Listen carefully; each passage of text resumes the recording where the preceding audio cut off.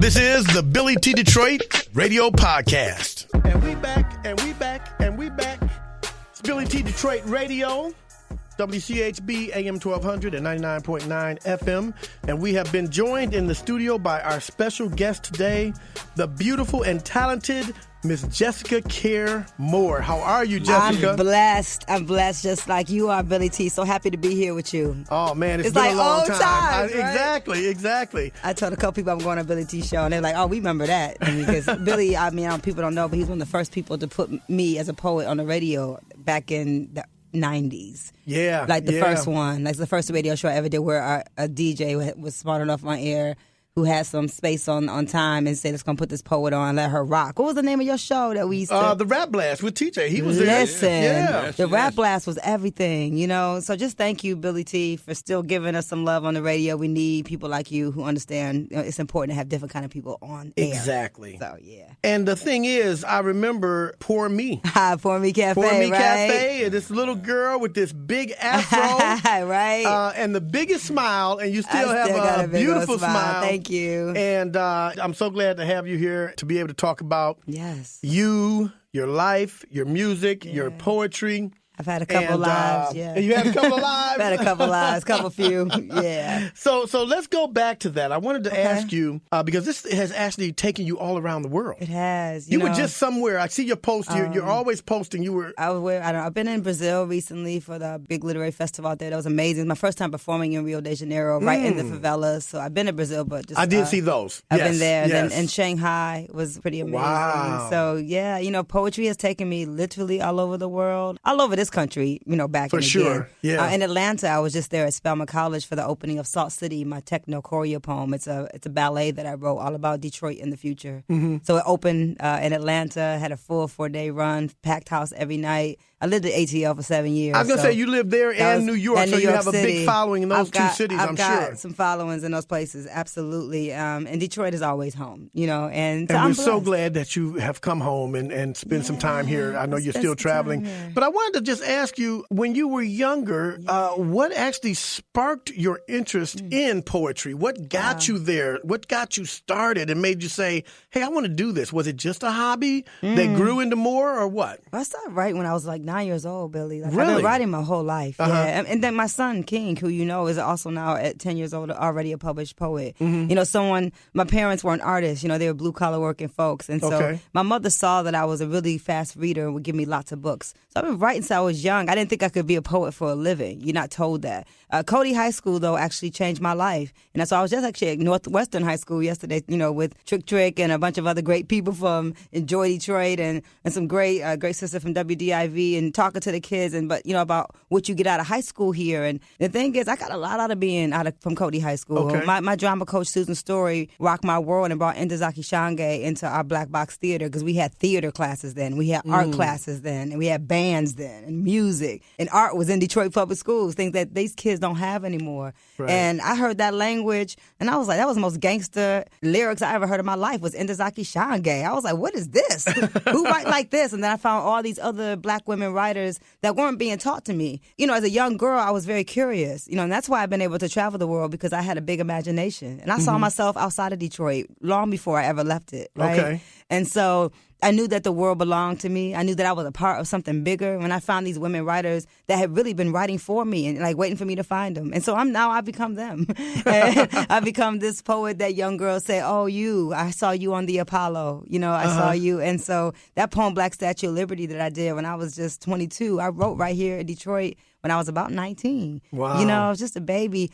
Just writing about places I had never been, putting myself in the picture, as KRS-One would say, Wow, that's awesome. And I learned from hip-hop. I learned from KRS-One and Public Enemy, MC Lyte, Queen Latifah. I looked up to those hip-hop artists. Mm-hmm. And so hip-hop was a part of my DNA, too. Right. Yeah. And it comes through in your work. Yeah. Now, speaking of Apollo, how old were you when you won there? I was 22. And you went out on that stage with nothing but your words and blew them away. Yeah, What was that like? What was the feeling? Nerve-wracking. I mean, Steve Harvey was cracking on them jokes. I was so nervous, talking to Steve Harvey. And he's fabulous. I've seen him since then, of course. Does he remember you? Yes, he does. Okay, yeah, he's okay. like, what kind of car are you driving? You ain't that girl from the Apollo. You done got grown, got on high heel. You know, just clowning me. Because I had on the wrap skirt, my little car shells. And, you know, I kind of put that away. And so, you know, just kind of came into something else. And so, yeah, he was lovely. And he's like, anything you could do, I got you. You know, I met him in L.A. And so, yeah, that was a life-changing experience. I haven't had a J job since. Now, that's what I love about you and people like you who are doing what they love to do. You don't punch a clock every day. You do what you do. It's taking you all over the world.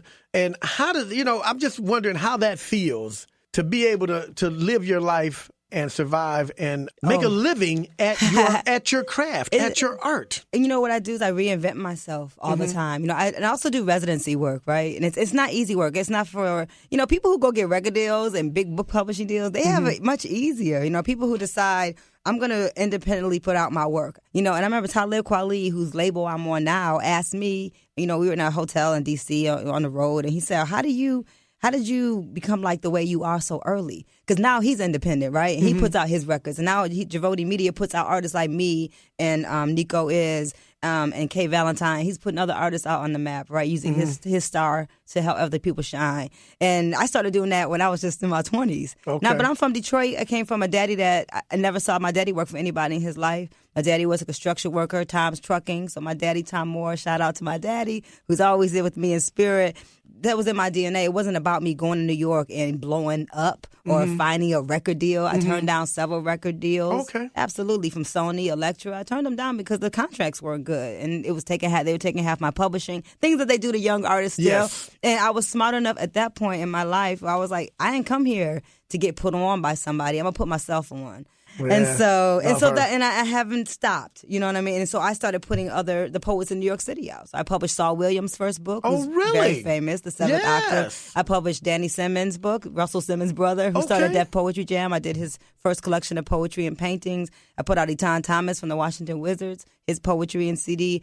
Asha Bandeli, you know, Raz Baraka, who's the mayor of Newark, is a poet on my press. Black Girls Learn Love Hard. So I started becoming the institution builder that helped put the other writers and poets out, because it was just, I was already doing like what Master P was doing, you know, same, just in a different world, you know, but looking at hip hop and looking at how other people did it, you know, it's not a billion-dollar industry. So I don't make art for money. I make art to build institutions so that we can build our culture. There it is. Yeah. Now, your Black Tea CD, The Legend of Jesse James, I picked that up at one of your performances at Cliff Bell's about a year or so ago. I love you for that. And I fell in love with it immediately. This past week, I've been vibing with it, you know, and I picked out a few songs that we're going to play. The radio safe ones? Yes, of course. I mean, you know, it's not like you cuss a lot, but you'll drop a word here and there. Like, I want to play that. Sometimes that's necessary. Yeah, exactly. It makes in the context. point. It's all in context, but it's a great CD.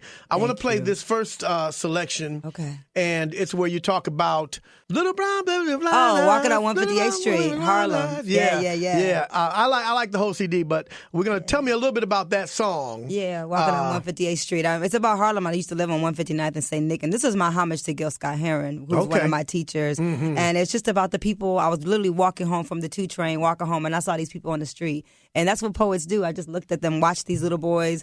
This little brown lady with brown eyes was coming up her staircase, and nobody in New York City was helping her. And just because I'm from Detroit means I'm from Alabama, really. So I just don't understand, like, you see an old lady with bags and you don't say, do you need some help? But in New York, people just kind of passing her by, right? So I just wanted to tell her story. It's just a stranger. So all the people are strangers, and I wrote about them.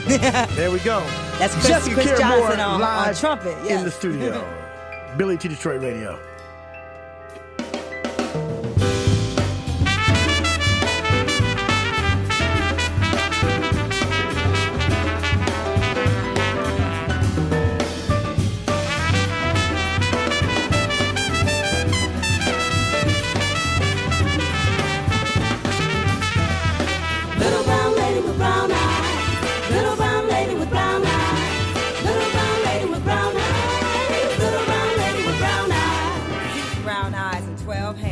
Carrying her groceries, children dreams, baggage, heart, memories, bullet wounds, stress, OT, future, pocketbook of temper, up the stinky stairs of the subway station.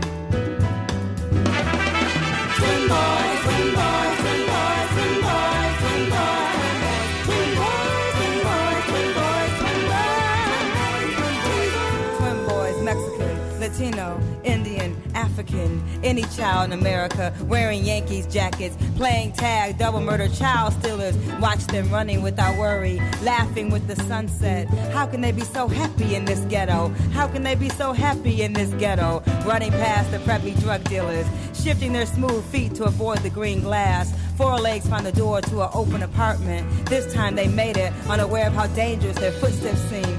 So close to home, so close to home. Fat girl, fat girl, fat girl, fat girl, fat girl, fat girl, fat girl, fat girl, fat girl, fat girl, fat girl, fat girl, fat girl, fat girl, fat girl, fat girl, fat girl, fat girl. White V-neck t-shirt, bra too small, stuffed inside tight jeans, ponytail slicked back, 40-year lipstick and dream catcher eyes. They follow her, the old men and the teenagers. They whistle and yell. They follow her, but she is lost on her own block.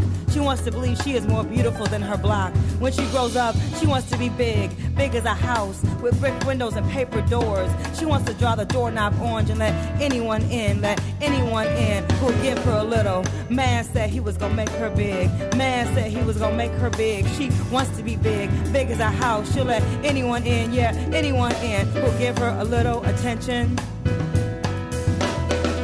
White blonde lady on heroin. White blonde lady on heroin. White blonde lady on heroin. White blonde lady on heroin. White blonde lady on heroin is somebody's mama. Giving black folks the what you doing uptown stare down. White blonde lady on heroin broke her arm on New Year's Eve. Partying with her friends, prostituting on the local playground. Her bones are sleeping inside the elevator. She has a key but doesn't live in my building. I sometimes live in my building and I can never find my keys. She smiles at my family when she can find her teeth. She wants to get high but keeps falling down. She wants to get high but keeps falling down. She wants to get high but keeps falling down. This is a game she plays with herself every night. White blonde lady on heroin is somebody's mama. Little brown lady with brown eyes. Little brown lady with brown eyes. Little brown lady with brown eyes. Little brown lady with brown eyes. Twin boys, twin boys, twin boys, twin boys, twin boys, twin boys, twin boys, twin boys, twin boys, twin boys, twin boys, twin boys.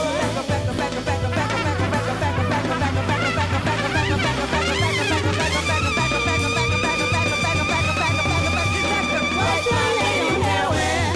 White blonde lady on heroin. White blonde lady on heroin. White blonde lady on heroin. Little brown lady with brown eyes gave birth to twins. One is a little fat girl who doesn't know she's already beautiful, so she dyes her hair blonde, snorts, shoots, and smokes herself skinny. She, any child in America, she, any child in America, with 12 hands, praying for a bigger house, anybody but her own body, is somebody's baby, carrying bags of groceries, waiting for someone to notice them.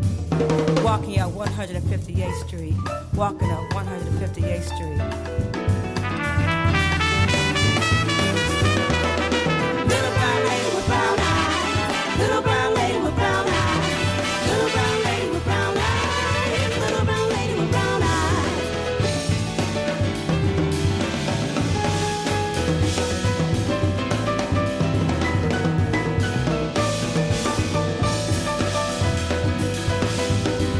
A little music.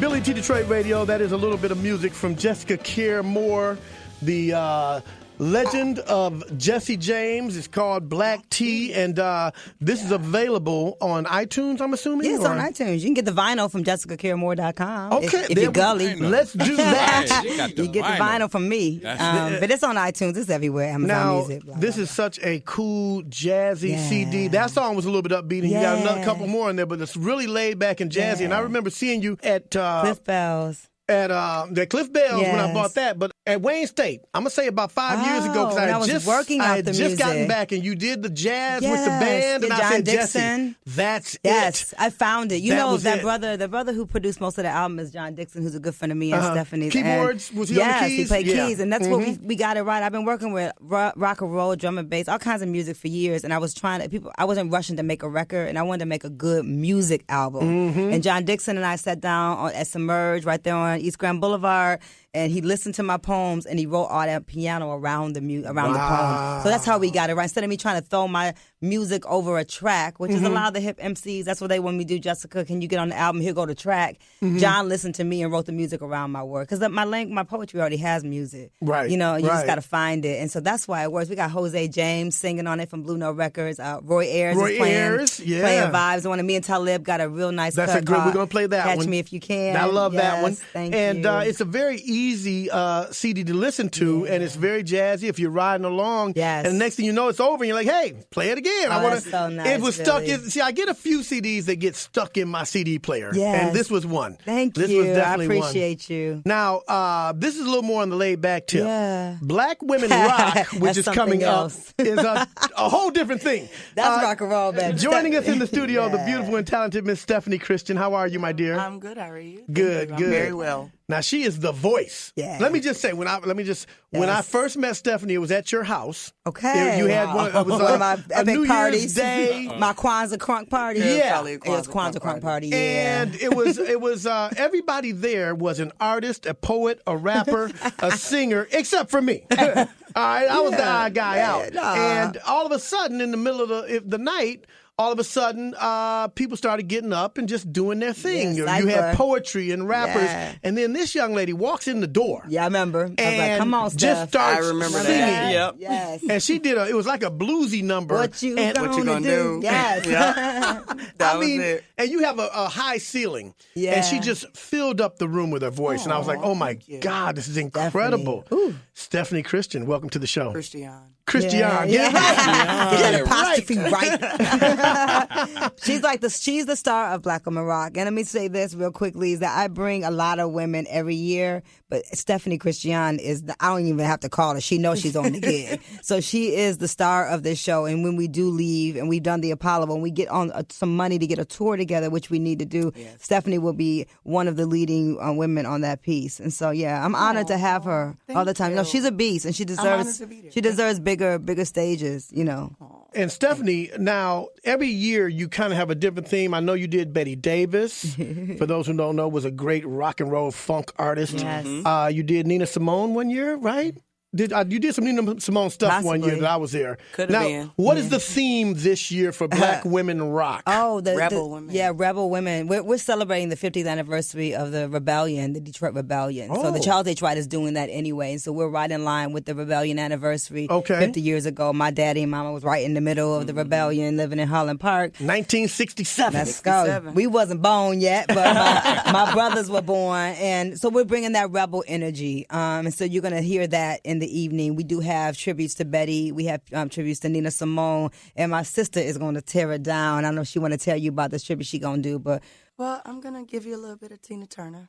Yeah. Oh, really? Yes. Okay, talk to me. Well, I don't want to give too much away. I like for it to be a surprise. Okay. But as far as I'm concerned, Tina Turner is one of the most black rebelist women, if there's a such thing. Yeah. I get compared to her a lot, and I love to just give honor and praise to her through my gift, and that's what I'm going to do on next Saturday. She's going to turn it all the way out at the Charles H. Wright. And if people don't know, this is an annual event. I've been doing producing Black Women Rock for 13 years. Okay. And I brought it home. I started in Atlanta, the National Black Arts Festival, and I brought this concert to the Charles H. Wright Museum because I wanted it in an educational institution. And we've done it at Shane Park, right, with Erykah Badu, and we've done it at Campus Martials and had one of the biggest turnouts in Detroit for their summer series at Campus Martials. Shout out to Njia Kai for believing in Black Women Rock and putting us on that Friday night stage where they thought only white kids or white boys who play rock and roll could bring out that kind of a crowd. And it was like, remember there was a storm looming and people still came out. And I remember this woman coming up to me. She said, I'm the whitest white woman I know, and I know that Black women rock.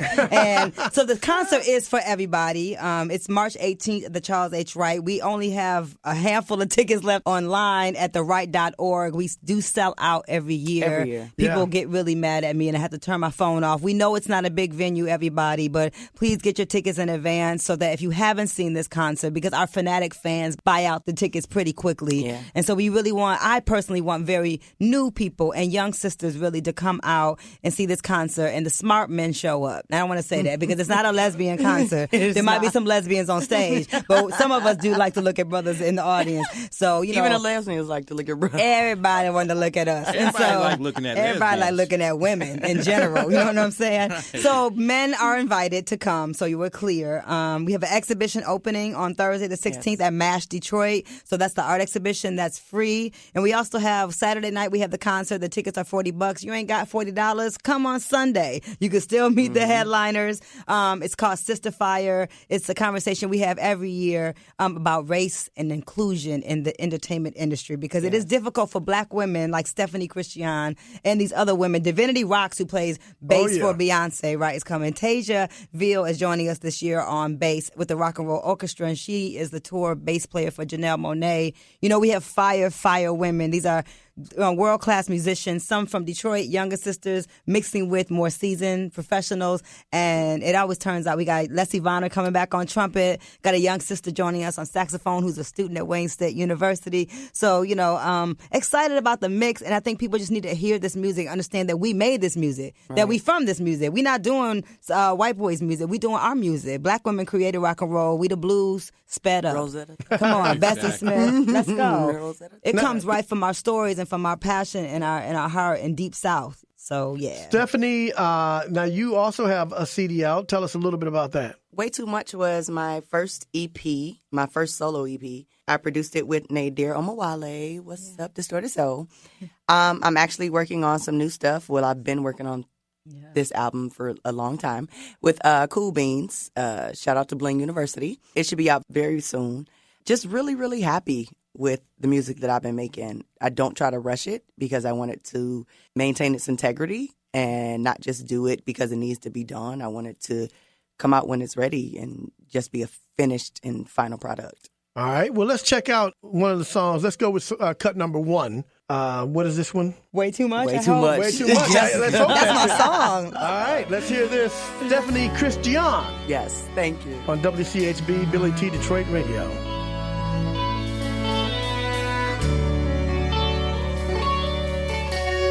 Feels just like a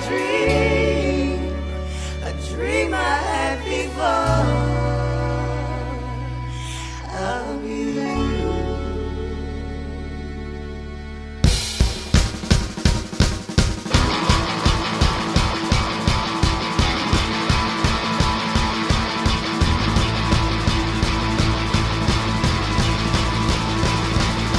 And I hope you don't miss me, 'cause when I'm